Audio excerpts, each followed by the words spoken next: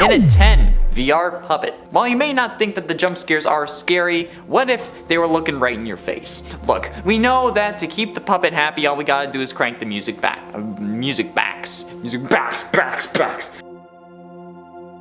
We know that to keep the puppet happy, all we gotta do is crank the music box. But that's not always the easiest thing to do. Sometimes you get animatronics in the vents and in the door, and then you can't open the cameras, otherwise you'll be attacked by the others. So you just need to sit there, and you know what? It's not any easier in VR. Plus, if you can tell, the puppet actually walks down the hallway before attacking you, and this is like the first time we actually see the puppet walk, and it's terrifying. Sure, we see it standing in the reflection of the fire at Fazbear's Fright, but we've never seen it walking, and now we have, and it's just god awful. The stuff of nightmares. The legs are so wobbly, and I mean, like, it makes sense since it's only a puppet, but oh my god, its legs are like this.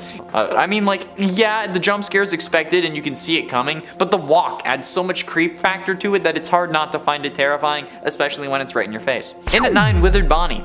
Withered Bonnie is one creepy animatronic. Classic Bonnie, but without the face. It's by far one of the most disturbing sights in this game. Nobody expected that it would come after you, although we all thought that it was just there to add creep factor to FNAF 2, because it did. But when you do see it moving, you realize you're in for one hell of a night, since the lack of face doesn't even deter the other animatronics, even though we learned in the first game that apparently the naked endoskeleton is what causes them to go berserk. But apparently, not having a face does nothing, even though the damn thing is exposed. But either way, this jump scare is good because, at least at the beginning, nobody really expected Withered Bonnie to be a problem. And now look at it, one of the scariest animatronics in the games. In at 8, VR Phantoms. The Phantoms in FNAF 3 are some of the best parts of that game. While there may only be one character that actually can kill you, that being Springtrap, the Phantoms provide all the jump scares that we could want in this game. While they can be predicted, having them appear right in your face in VR is one of the most disturbing, game-disrupting things I have ever seen. And that's, you know what, that's what they're really meant to do. Slow you down, freak you out, leave you more vulnerable for William Afton. He's the one turning off the ventilation and the sun after all. The Phantoms are the spookiest part of FNAF 3. Considering how I don't really think that Springtrap is scary. There, I said it, okay? Come for me in the comments because apparently you never respect my opinion. Phantoms make the big spook for me, and when they're right up in your face, it's bad. Especially when they show up and vanish quickly in a haze of light, leaving you actually feeling dazed. But then you still need to be on alert because you need to defend yourself from the actual threat. It's an excellent game mechanic. And at 7, VR Springtrap. FNAF VR may be one of the more recent games in the series, but it certainly is one of the freakiest. VR horror is such an experience, okay? But combine that with the story of Five Nights at Freddy's and you get one hell of a game. And while Springtrap's jump scare in normal FNAF 3 may not be scary, having to deal with this guy up close and personal and literally towering above you will have you changing your attitude and your pants on a regular basis. Since this time, when jump scaring you, he pops up from the bottom of your screen and just shaking his face at you as much as humanly possible before he actually causes you to lose the game. Speaking of which, I lost the game. I personally believe that all the jump scares are scarier in FNAF VR, not to mention how everything is scarier when it's towering over you, because in that case it appears to have more power and be more powerful, and let's be honest, Springtrap's design kinda needs that to be scary. I don't know, I don't think that the actual character is scary, but his story is certainly scary, but not really him. It's confusing. And at 6, Game Over Cupcake. So you lost, okay? You get spooked and then you're sitting at that computer in FNAF VR staring at Freddy in the closet wondering if you should hit that shiny looking restart button. Or give yourself some time to chill because you just lost and you got a spooktacular surprise. I don't know, let's take a second to decide this, shall we? Oh, here's a cupcake. You know what, the other times I've picked up this cupcake, it's just been a cute cupcake. It's a VR game, I want to interact with the environment, so let's pick it up and pretend that it's my friend. Oh wait, now it's jump scaring me too. Yeah, thanks Cupcake. We thought that we were gonna have a nice time pretending to be friends, but instead you decided to scare the living bejesus out of me just because you wanted to be funny. I literally just died and then got pummeled to death by a grotesque animatronic, and now you're taunting me while I'm in my own grave? Thanks. Thanks a lot, you. Halfway through it at number 5, Ballora. Some believe Ballora to have been Chica's replacement in Sister Location. Not lore-wise, but gameplay-wise, to cut down on the amount of sultry, paltry fan art that was circulating Reddit. But making this dummy thick robo was only the beginning of the terror, because much like a real woman, all Ballora wants to do is break your heart by opening her face while you're crawling in the darkness. I don't know what it is about Ballora specifically, but when she opens her face, it is the creepiest out of all the jump scares in that game. Perhaps it's because she has human-like features and proportions, so seeing what's basically a human move their, I guess, flesh from their face at will is really unsettling. But no matter the reason, Ballora has one of the most unsettling jump scares and levels in the game. Having to crawl through her auditorium while listening to see when she's close, but you're not seeing it, you're hearing it, and if you get it wrong, then she jump scares you. And then there's the fact that she crawls like a spider. Damn it, I hate it with a passion. And not the kind of passion you'd be expecting when it comes to dummy thick Ballora. In it for Nightmare. Nightmare is one of the 2 canon animatronics to crash your game after their jump scare. However, I don't technically think it's a crash because it's intentional. At least, now it is. I'm not sure about Golden Freddy from the first game. The black bear with a yellow hat and bow tie is one of the scariest animatronics in the entire series. He enjoys to torment his victims and will inform the player about such activities during Ultimate Custom Night. However, in FNAF 4, he will only appear in Night 7 and in 2020 mode from 4 and onward. When active, he is the only animatronic on your case, showing that he doesn't need an entourage to absolutely destroy you. Nightmare will appear everywhere, on the bed, in the closet, in both halls, but when compared to normal Nightmare Fredbear, he is much more aggressive. If you end up getting jump scared by Nightmare, the jump scare is a simple static image of Nightmare's teeth and glowing red eyes, playing the scare sound for around 5 seconds, but then the game will reboot. The fact that this is the only other canon character that does this is crazy, and it makes it worth a mention. I know that Nightmare does this, but that's because it copies Nightmare, because it was only like replacing it. Plus, in the context of FNAF 4, apparently Nightmare isn't canon, although they were added to later games. So, getting close to the end, in at number 3, Shadow Cat.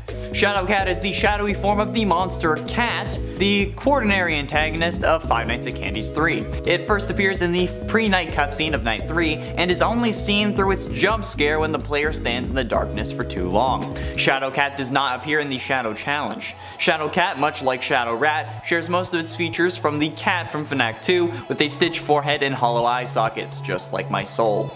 The Shadow Cat also shares his appearance with the Monster Cat from FNAF 3, mainly with the sharpened teeth and fangs, which weren't present in the original cat from FNAF 2.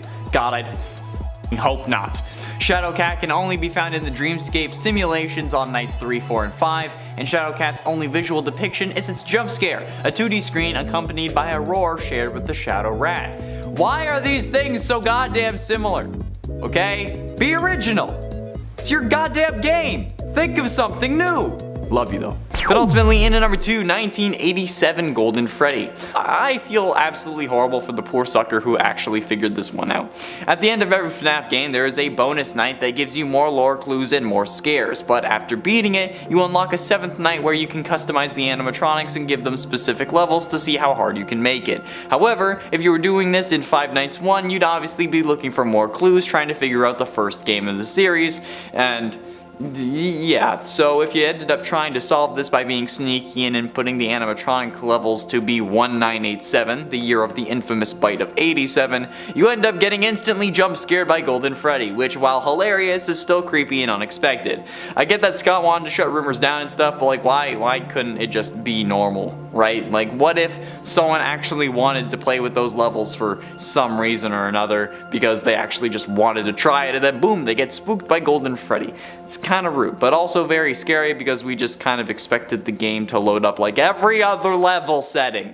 And finally, in at number 1, Elizabeth Afton. FNAF Sister Location is one of the most messed up versions of SNL. The game was far different than any other FNAF game that came before it, and the inclusion of the cutscenes was only seen in the game before with FNAF 4. These cutscenes gave us more lore, like how Michael was a rotting corpse who ended up vomiting out Ennard but didn't die due to the remnant that Elizabeth Afton had grabbed by baby and then injected into his body, and that Elizabeth Afton was also grabbed by Baby on the opening day of Baby's Pizzeria, even after Afton warned her to stay away, to me is considered a jump scare due to the scream that plays when she gets grabbed. But this was entirely unexpected. The cutscenes are supposed to be a salvation away from the scary elements of gameplay. Yet, getting a scream in my ear that isn't okay when everything else was supposed to be okay, this was like the most unexpected jump scare, so it had to be included, at least to me. And it's FNAF 3 Springtrap. It's pretty universally known that FNAF 3 is one of the easier FNAF games. With only one animatronic that can actually kill you, you can juggle him between a couple rooms for basically the whole night. You're able to survive fairly easily. But while some consider this game scary, overall it's one of the least scary of all, and that's thanks to Springtrap. Springtrap's jump scare in this game is actually the worst jump scare in the series, having the only real scare factor being the sound that plays along with it. But as for the actual model, he just kinda moves towards you a little bit, and that's it. There was also apparently an interview where Scott said that he was going to end the series after Game 3, but the community's disappointment with the Springtrap jump scare caused him to make the 4th game with the Nightmare animatronics. I'm unable to find that interview, but that also makes sense to me. Like, the Nightmare animatronics were sort of overcorrecting for the lack of scares in FNAF 3, since you could also easily predict the phantom jump scares. So, I can see it. And at 9, Sister Location. While William wasn't really in Sister Location as one of the enemies, because, you know, all those fused into Ennard, he was still in it during the final cutscene, where Michael is giving his final speech, saying, "Father, it's me, Michael. I did it. I found it. It was right where you said it would be.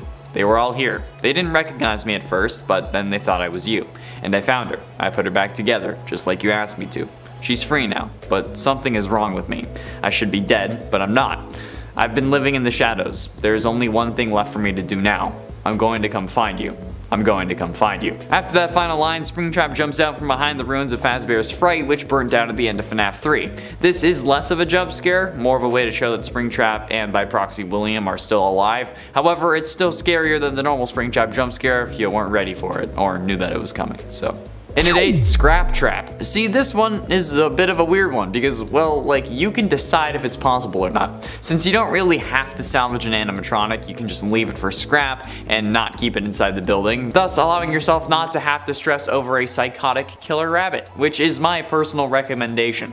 However, if you make the fool's decision and trap Scrap Trap, you have the possibility of being jump scared, which usually would only happen when you're not focused on protecting yourself. So, mostly when you're worried about your pizzeria or completing the tasks you need to do in order to leave and to complete the day. But this one is more unexpected, and Scrap Trap is certainly freakier than Springtrap is. And this jump scare is actually more like a jump scare than the Springtrap one, so needless to say, it deserves to be higher. Well, higher than those. However, there are scarier jump scares despite this. And at 7, Death Coin Fredbear. In Ultimate Custom Night, you are able to get an item called the Death Coin. That allows you to use it to eliminate any animatronic from the game. This works with most animatronics. It removes them from play and you won't have to deal with them for the rest of that playthrough, or life technically. But there is also, at least to my knowledge, one animatronic this coin does not work for: Golden Freddy. Now, I'm going to stand by the point that the best jump scares in the series come down to when you aren't expecting it. So, if we run out of power, that won't be nearly as bad as when you're just chilling, thinking everything is fine, and then boom. And when you establish a mechanic of a game, such as a coin that removes an animatronic from play, it's expected that when you use it, that's what happens. However, if used on Golden Freddy, the Golden Fredbear plush, also known as Psychic Friend Fredbear, will jump scare you immediately. This is scary because we expect Golden Freddy to be removed, but he's not, and we get jump scared when we think we're safe. It's rude. And at 6, Glamrock Freddy. During Security Breach's final boss fight, Freddy is hacked by Burn Trap and will stand in the center of the room as a hazard. If Burn Trap ends up successfully hacking him, he will kill Gregory, either by chasing him down or by pulling Gregory out of his stomach if the player had entered beforehand. Gregory can still lure Freddy away by calling him over to different spots though. And since his eyes turn purple after William possesses him or hacks him or whatever, okay, possessed Glamrock Freddy is a version of Afton, so it's good enough for me. This is mostly scary because from what I've seen, people are often confused as to why Freddy is suddenly running at them and don't know enough about the series to hide from anything purple. So they get jump scared, flip out, and then realize that Afton got to him. So yeah, the fact that we can trust Freddy this whole game is kind of what makes this jump scare so brutal, but it's still not the worst one out there. Halfway through into number 5, Shadow Rat. Shadow Rat is the final antagonist of Five Nights at Candy's 3. He is a purple shadow version of Monster Rat. He appears in the Deepscape and in the Shadow Challenge. Shadow Rat's appearance is similar to that of the rat from FNAF 2. He has hollow eyes and jagged teeth, much like the rat from FNAF 2, and Shadow Rat's forehead is also stitched together. The sprite of Shadow Rat also looks more similar to that of Monster Rat, seeing as how they're basically the same thing except one's purple, and you can't really see his eyes when he turns around. Shadow Rat also has another form only seen in the Shadow Challenge. The Shadow Challenge only includes the Shadow Rat, which is again a purple shadowy form of the original Monster Rat that has no pupils and is much more menacing than the Monster Rat, with a pose more elegant, as the wiki put it, and pronounced than the Monster Rat's, which is kind of like hunched over and stuff, but no. This one's loud and proud and ready to just tear you to bits, and not in the fun way. In at 4, Desk Scrap Trap. Salvaging is a major method first used in FNAF Pizzeria Simulator. It is an optional section that occurs on each of the 4 nights starting on Monday after the management phase. As Henry says during each salvage, each animatronic was found in the back alley. After he explains what options are open to the player, they can either proceed with the salvage or throw it back into the alley. If the player decides to salvage the animatronic, the salvaging section begins immediately. This process is simple. Henry will play 1 out of 5 audio prompts through the tape, and the player must check on the responses on the form itself based on whether or not the animatronic actually responded to the stimuli, when in reality they're just reacting to you not looking at them. This sequence, should you look away for too long or at the wrong time, will result in a jump scare, but the desk jump scares, in my personal opinion, are pretty damn freaky, especially Scrap Traps, because like, this clearly isn't his first rodeo, but like, just man, I don't know what it is about someone coming over a desk to kill me. I just don't like it. And at 3, VR. The VR animatronics are the normal animatronics that we know. Glitch Trap is the only real other character added by this game, and he doesn't get a jump scare. So what am I talking about specifically? It's plain and simple. Having the jump scares in your face on screen is one thing. Having them in your face in an environment that you can't really escape by looking away is much worse. The animatronics being in your face is some of the most horrific experiences that I've had with my Oculus headset, aside from playing The Forest in VR, but it's something else actually seeing these animatronics at such a scale and being so powerless to stop them. These things are huge if you keep yourself at the default height. They tower over you. I have to increase my size to something closer to mine for like motion sickness reasons. It just kind of makes my head spin, but even when these things are still taller than me, it makes me want to defecate in my shorts and then run away. Not cool. They're still taller than me, even when I make my height normal. Penultimately, in at number 2, Flaming Springtrap. Flaming Springtrap was added during the Sizzling Summer event for FNAF AR and was understandably the final skin to be added in that update. Being Springtrap's second skin behind Toxic Springtrap, we weren't quite sure what to expect. But like, have you ever wondered what Springtrap looked like during the fire in FNAF 3? Or wondered what it was like in my old apartment? This is what it would feel like. This also answers the original question because he is definitely the kind of person to absorb all the flames and then use them to his advantage. Flaming Springtrap is a coal-colored Springtrap with dark orange highlights, and he is glowing orange from his endoskeleton since it's so hot, because you know he's flaming. He has flames spouting out of every open area possible, and you know what, honestly, who is ready for the 1000 degree endoskeleton challenge? Cause I am. His hands and feet are on fire the most, and for some reason he has no upper teeth. This is horrifying, okay? Especially if these are supposed to be real animatronics that Fazbear Entertainment is sending to people's homes. And my building thinks that my power block or power bar is a fire hazard. It's so befuddling to me how these are actually supposed to be real animatronics, okay? That's horrific. And the skins are canon, as we see in Fury's Rage, which is surely just one of the Security Breach arcade games. And finally, in at number 1, Garvey.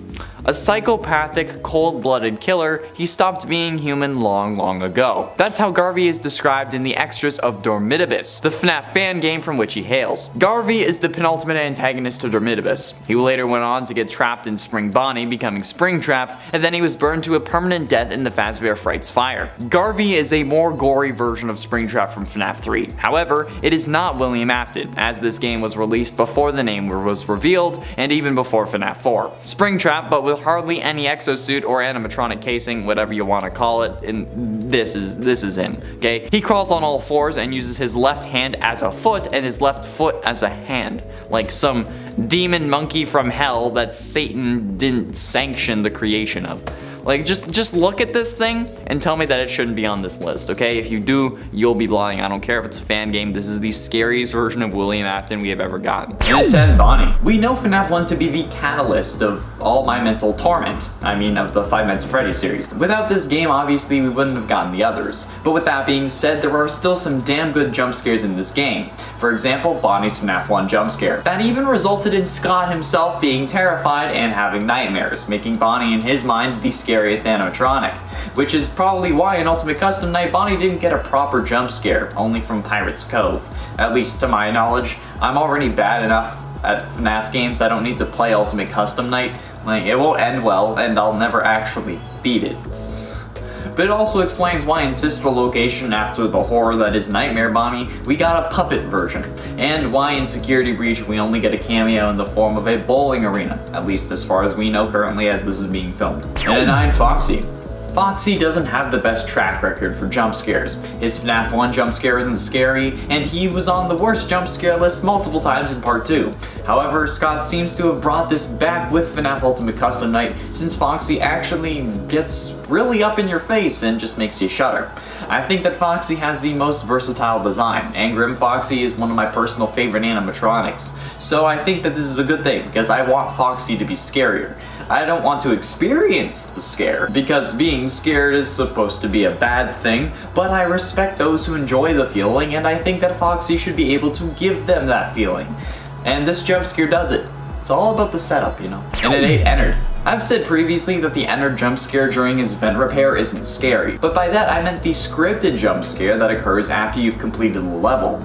I also said that in the video, since you expect that jump scare after the first time, or if you've watched literally anyone play it. With that being said, however, nothing can compare to the utter terror that you feel when you're trapped in an elevator having to focus on completing a puzzle while Ennard is watching you, waiting for a chance to make his move, and then teleporting around you at random. And then when he gets you, you just get scared shitless because you were just shaking in your boots for ages while you had to figure out how to get that last gear, and then boom. It's horrible, it's not okay, it's one of the reasons I don't play the Ennard vent repair. Actually, the main reason is like the button presses at the beginning, like, you know, that puzzle where you have to follow the wire. I'm probably horrible at those, especially under pressure, but like, I don't want to confirm it. And it's 7, Withered Cat.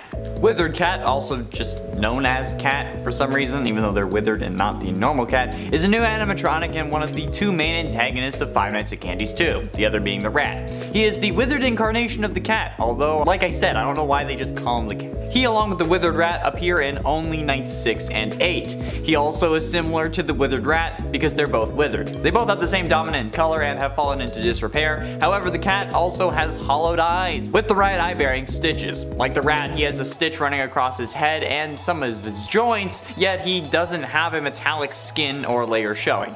Unlike his monster counterpart though, he has no fanged teeth, luckily, because if he did, Jesus Christ, I would be crying. He also has exposed endoskeleton fingers along with his left hand and his lower left leg, with parts of his upper left leg being exposed. His body is damaged, as is his head. Hashtag relatable.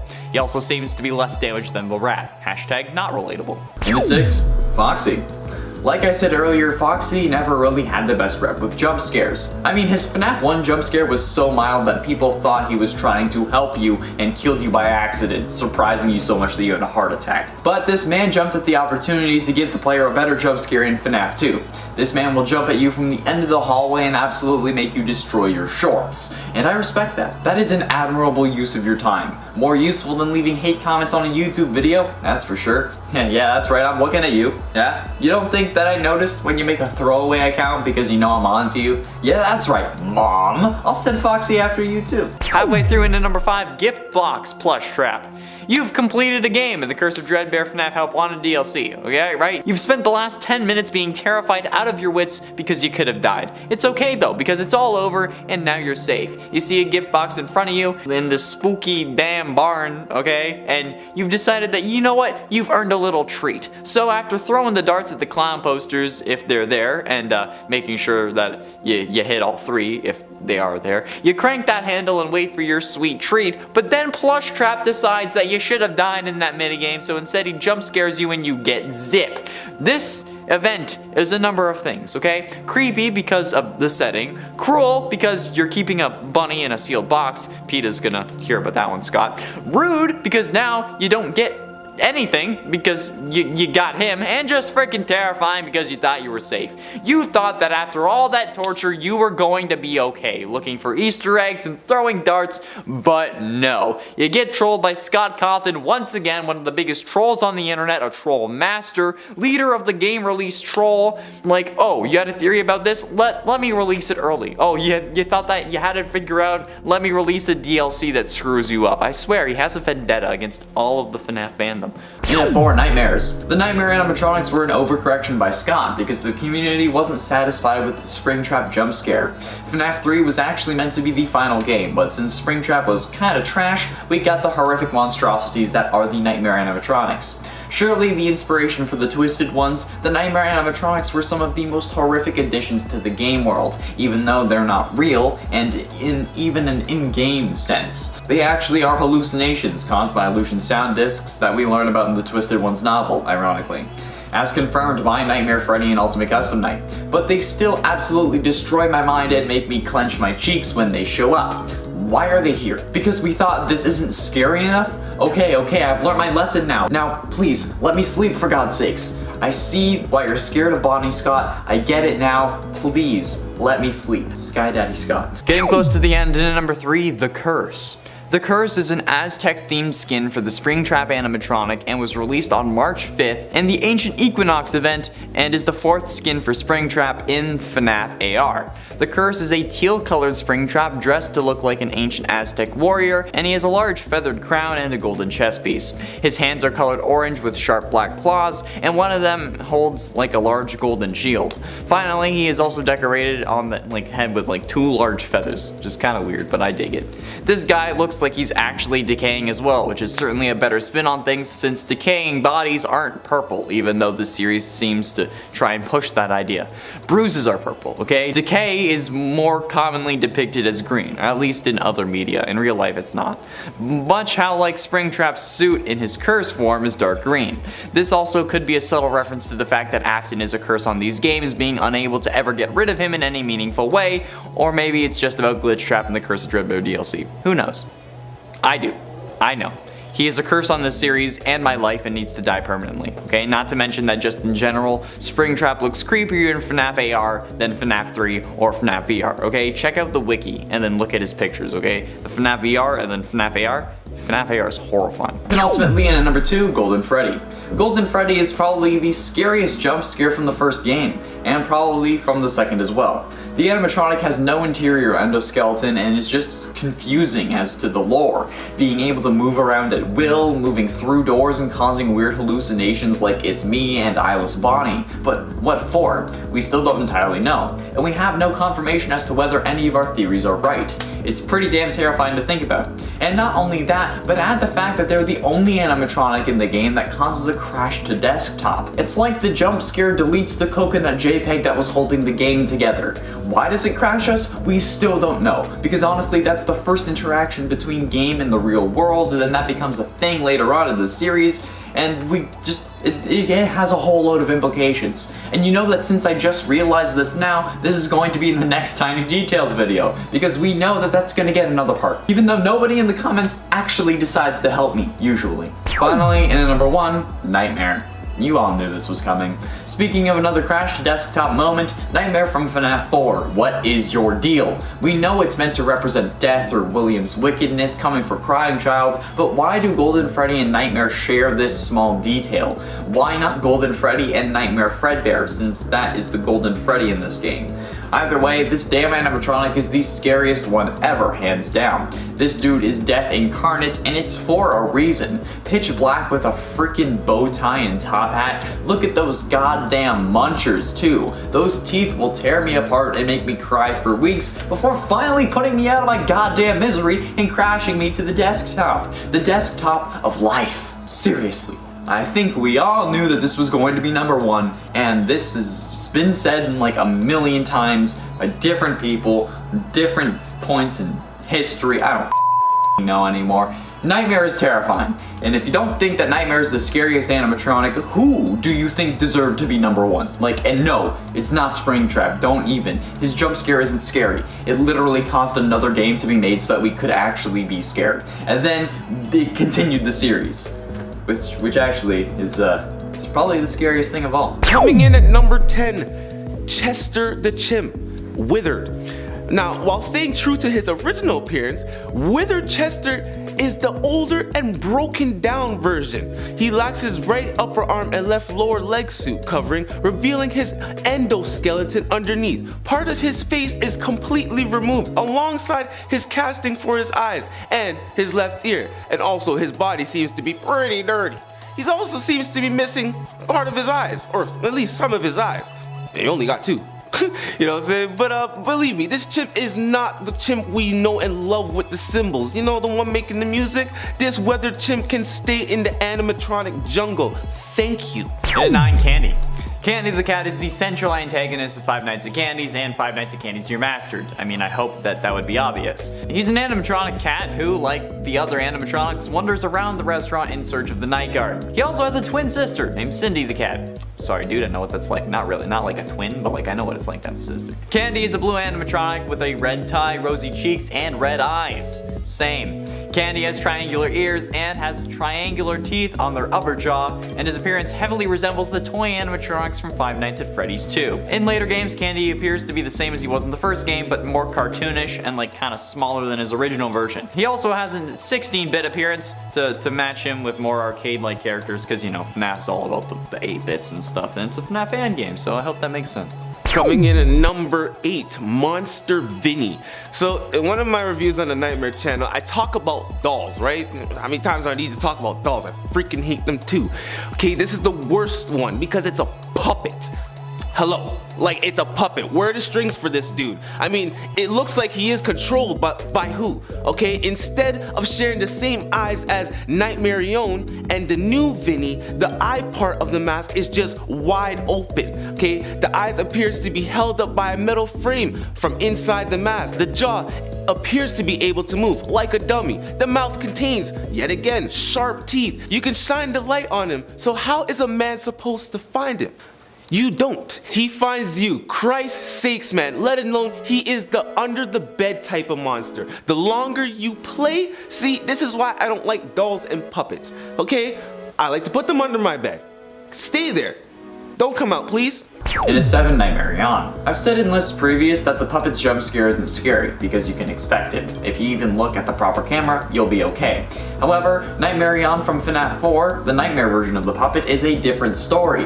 It's a fearful reflection of what William Afton created. And you know what? That's horrific. This damn thing makes me understand people who fear dolls. Like, pediophobia makes sense to me now. Because if this is what puppets look like to you, I apologize for any jokes I've made about it before. Wait, hold on, sorry, that wasn't a proper YouTuber apology. Nah, I gotta work on that. I gotta have some more fake tears, right? And I have to say that I'm appalled by the person that I used to be. Joking aside, Nightmarion is actually a terrifying animatronic and has a terrifying jump scare, especially when you're in the night terror level in FNAF VR. Like, it's messed up. Why? Why did you have to add the tentacles? Why do I have to deal with tentacles? It just reminds me of the Reaper puppet. And if you know, you know. Coming in at number 6, the Withered Rat is somewhat similar to the Withered Cat. He only activates on the last few nights. Not much is known about him, but like I said, he only appears in night 5 and starts to go ballistic by night 6. He is possessed by an actor from the Rat and Cat Theater, or so we presume.